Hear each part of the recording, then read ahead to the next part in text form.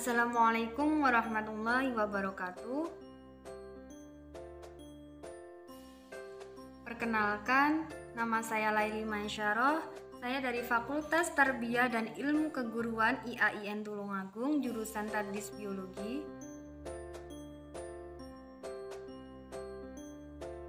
Di sini saya akan menjelaskan materi tentang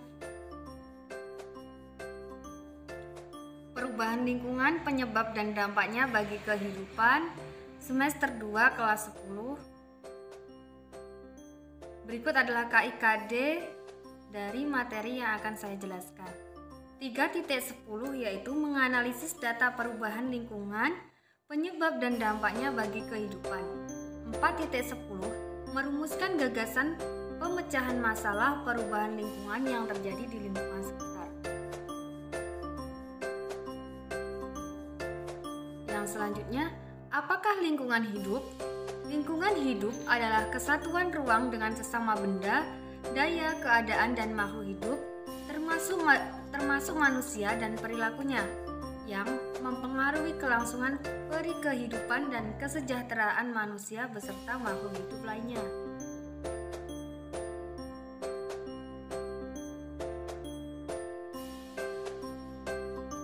Perubahan lingkungan dapat disebabkan oleh banyak hal yang secara garis besar dapat dibedakan menjadi dua, yaitu karena faktor kesengajaan manusia dan karena faktor alam. Baik perubahan karena faktor manusia maupun karena faktor alam sama-sama menimbulkan dampak yang harus ditanggungjawabkan oleh manusia.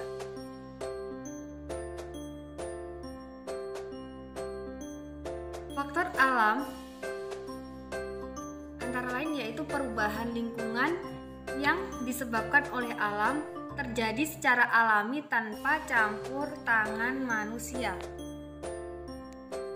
Misalnya, tsunami, gempa bumi, gunung meletus, kebakaran hutan, kemarau panjang, badai, dan angin topan. Manusia tidak dapat mencegah perubahan lingkungan akibat faktor alam, namun beberapa langkah dapat dilakukan untuk meminimalkan efek dari perubahan lingkungan tersebut. Yang kedua yaitu faktor manusia. Perubahan lingkungan yang disebabkan oleh kegiatan manusia dalam rangka memenuhi kebutuhan hidupnya seperti memperoleh bahan pangan, perumahan, dan obat-obatan. Misalnya, eksploitasi sumber daya alam, intensifikasi pertanian, penebangan hutan secara liar, pembangunan perumahan, dan limbah-limbah hasil produksi. Perubahan lingkungan akibat faktor manusia dapat dihindari dengan membuat perencanaan yang matang dan menerapkan metode pencegahannya.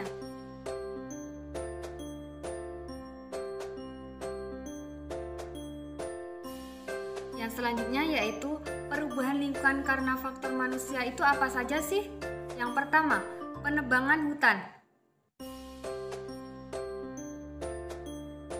Penebangan dan penggundulan hutan, apalagi yang dilakukan secara liar, akan merusak ekosistem hutan dan mengurangi fungsi hutan sebagai penahan dan penyimpan air serta pemeliharaan tanah. Akibatnya, daya dukung hutan menjadi berkurang. Penggundulan hutan dapat menyebabkan terjadinya erosi tanah dan banjir di musim hujan. Sedangkan di musim kemarau akan menyebabkan kekurangan air. Selain itu, penebangan hutan menyebabkan semakin sempitnya habitat bagi berbagai satwa hutan. Hal ini dapat menyebabkan punahnya satwa tersebut.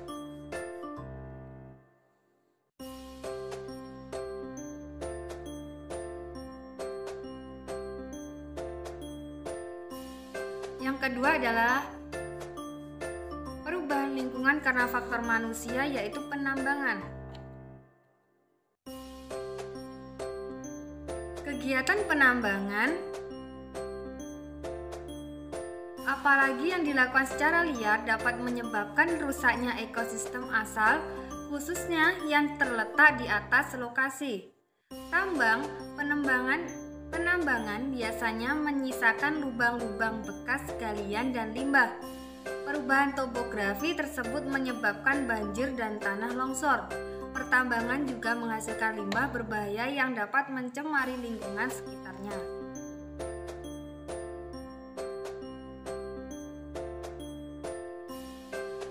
Yang ketiga ada pembangunan perumahan.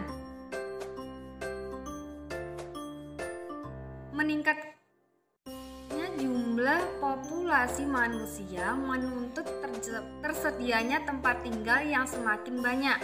Artinya, akan semakin banyak lahan yang digunakan untuk membangun perumahan. Tidak jarang manusia melakukan pembukaan lahan untuk area perumahan yang menyebabkan semakin berkurangnya jumlah pohon, rawa-rawa ditimbun kemudian dibangun perumahan.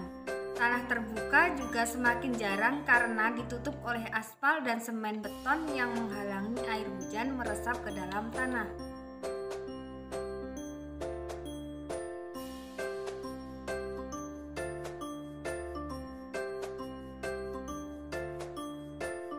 Yang selanjutnya ada intensifikasi pertanian. Seringkali manusia tidak menyadari bahwa kegiatan-kegiatannya yang bermaksud baik dan tidak mengganggu lingkungan pada akhirnya dapat merusak lingkungan seperti intensifikasi pertanian. Penerapan intensifikasi pertanian memang diakui dapat meningkatkan produksi pangan, tetapi juga memiliki dampak yang merugikan. Dalam intensifikasi pertanian, petani biasanya hanya menanam satu jenis tanaman pangan atau pertanian monokultur, melakukan pengolahan tanah, pemupukan tanaman dengan pupuk kimia, dan melakukan pemberantasan hama dan penyakit menggunakan pestisida. Yang pertama yaitu pencucian tanah. Pencucian tanah menyebabkan kesuburan sawah semakin berkurang akibat unsur hara yang terbawa aliran air. Yang kedua ada tingkat kestabilan ekosistem rendah. Penanaman monokultur menyebabkan lingkungan pertanian menjadi tidak stabil karena tanaman yang ditanam hanya satu jenis. Hal ini menimbulkan ledakan hama tertentu sehingga membutuhkan lebih banyak pestisida untuk membasminya. Yang ketiga ada eutrofikasi. Terjadi akibat pemupukan Eutrofikasi terjadi akibat pemupukan tanaman yang menggunakan pupuk kimia secara berlebihan. Pupuk akan terbawa aliran air hingga ke sungai atau danau yang menyebabkan bloomingnya alga. Yang keempat ada pencemaran pestisida. Penggunaan pestisida akan menyebabkan hama menjadi lebih resisten sehingga memerlukan dosis yang lebih tinggi untuk membasminya. Peningkatan dosis pestisida menyebabkan lingkungan semakin tercemar.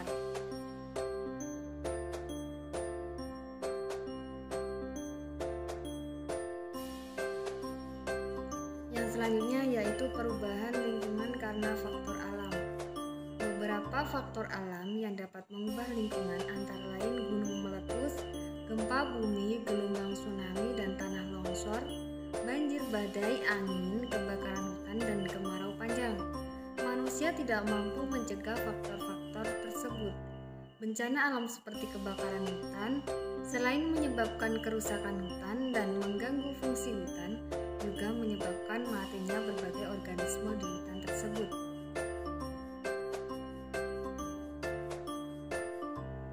Yang selanjutnya ada pencemaran lingkungan.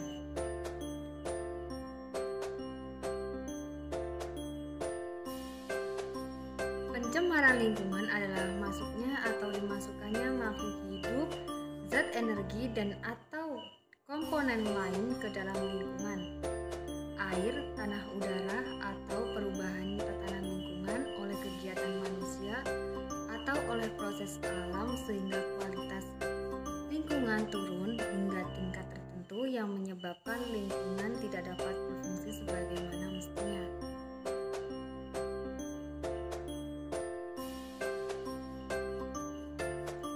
Macam-macam pencemaran. Ada air, tanah, dan udara. Yang pertama yaitu air.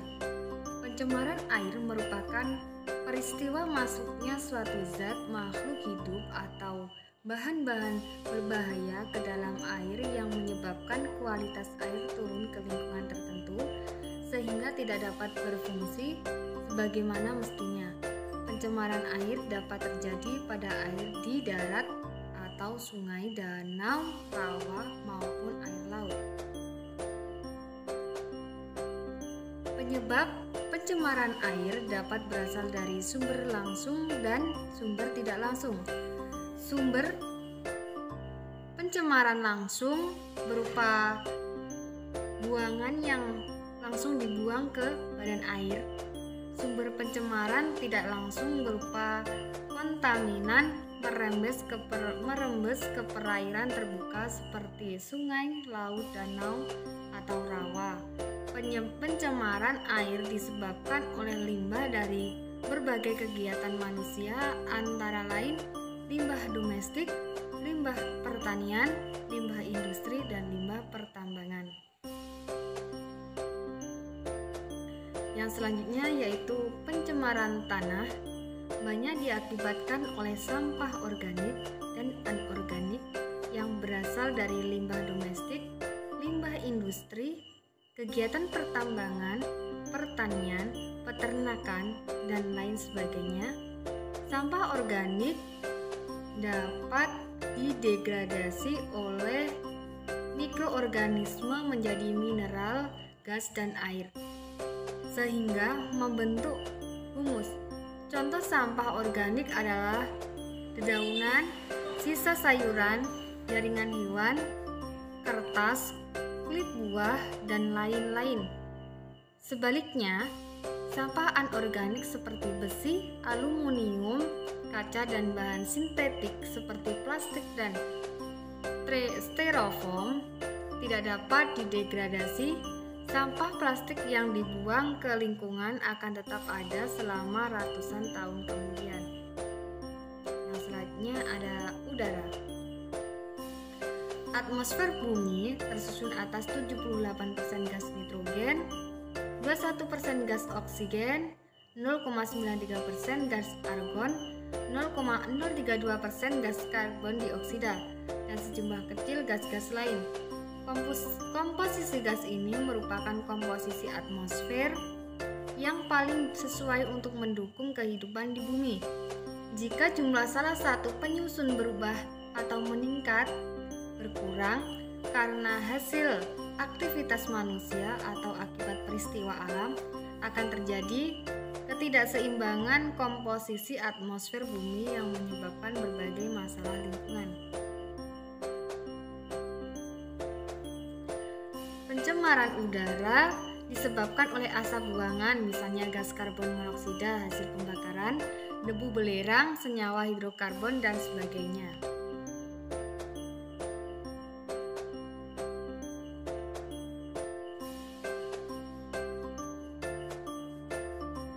Ini adalah gambar dari macam-macam pencemaran air, tanah, dan udara.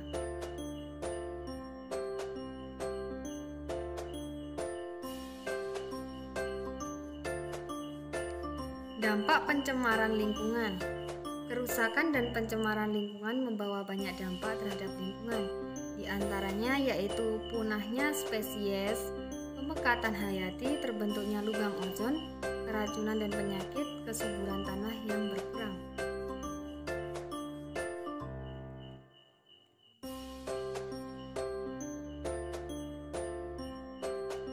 Yang selanjutnya adalah upaya untuk mengatasi permasalahan lingkungan.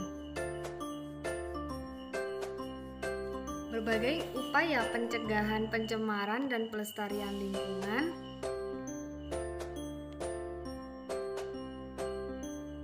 terus dilakukan secara terpadu baik oleh pemerintah, pihak-pihak terkait maupun oleh setiap individu. Pada dasarnya ada 3 prinsip dasar yang dapat dilakukan untuk melakukan pelestarian lingkungan dan penanggulangan pencemaran. Yang pertama, penanggulangan secara administratif. Yang kedua adalah penanggulangan secara teknologis, dan yang terakhir adalah penanggulangan secara edukatif. Sebelum membangun pabrik atau proyek lainnya, pihak pengembang diharuskan melakukan analisis mengenai dampak lingkungan atau AMDA.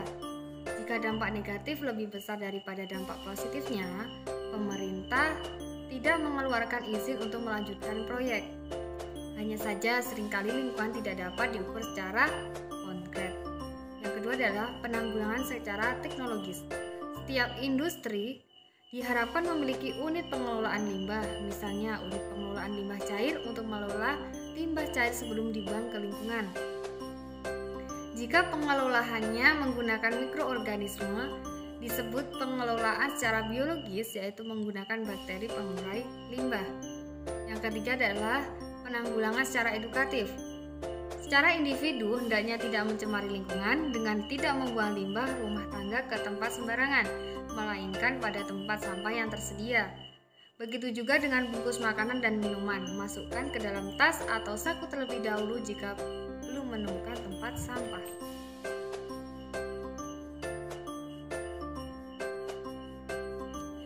Yang selanjutnya, upaya untuk mengatasi permasalahan lingkungan, yaitu pengelolaan limbah.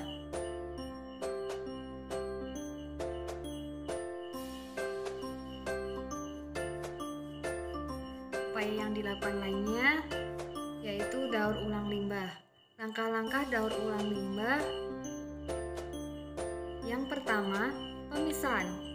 Limbah yang akan didaur ulang atau botol bekas, plastik kaleng dan bekas dipisahkan dengan limbah organik.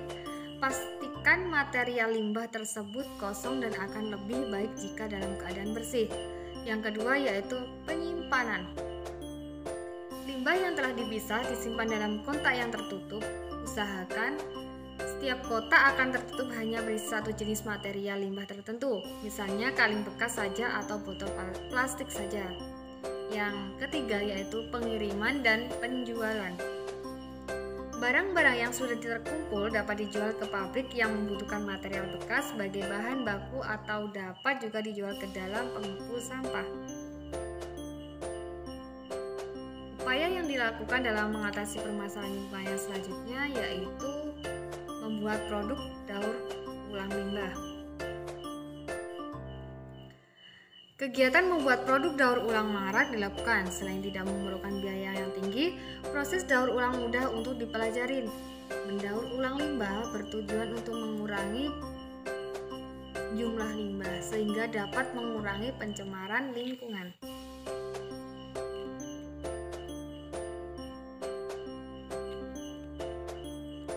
Yang pertama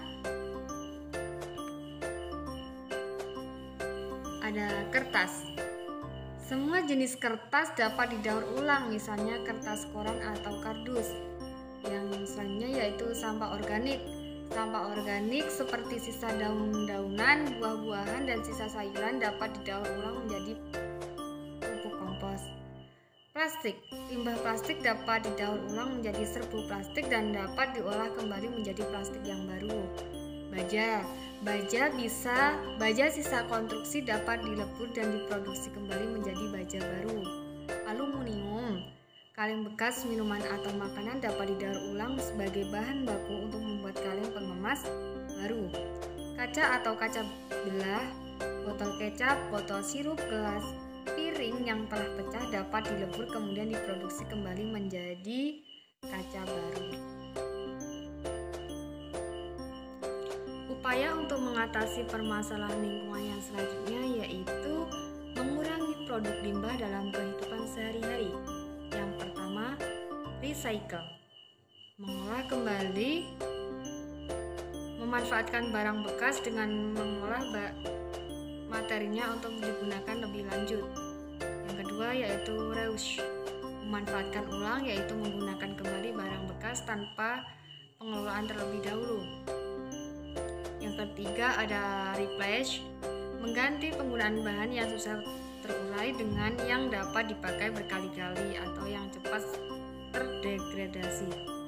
Yang keempat ada reduce, mengurangi yaitu semua bentuk kegiatan yang dapat mengurangi produksi sampah. Menggunakan kantong belanja untuk mengurangi penggunaan kantong plastik. Yang kelima ada repair, melakukan pemeliharaan atau perawatan agar tidak menambah produksi limbah. Yang keenam yaitu refill, mengisi kembali wadah-wadah produk yang dipakai. Mungkin itu saja yang dapat saya sampaikan. dan terima kasih. Wassalamualaikum warahmatullahi wabarakatuh.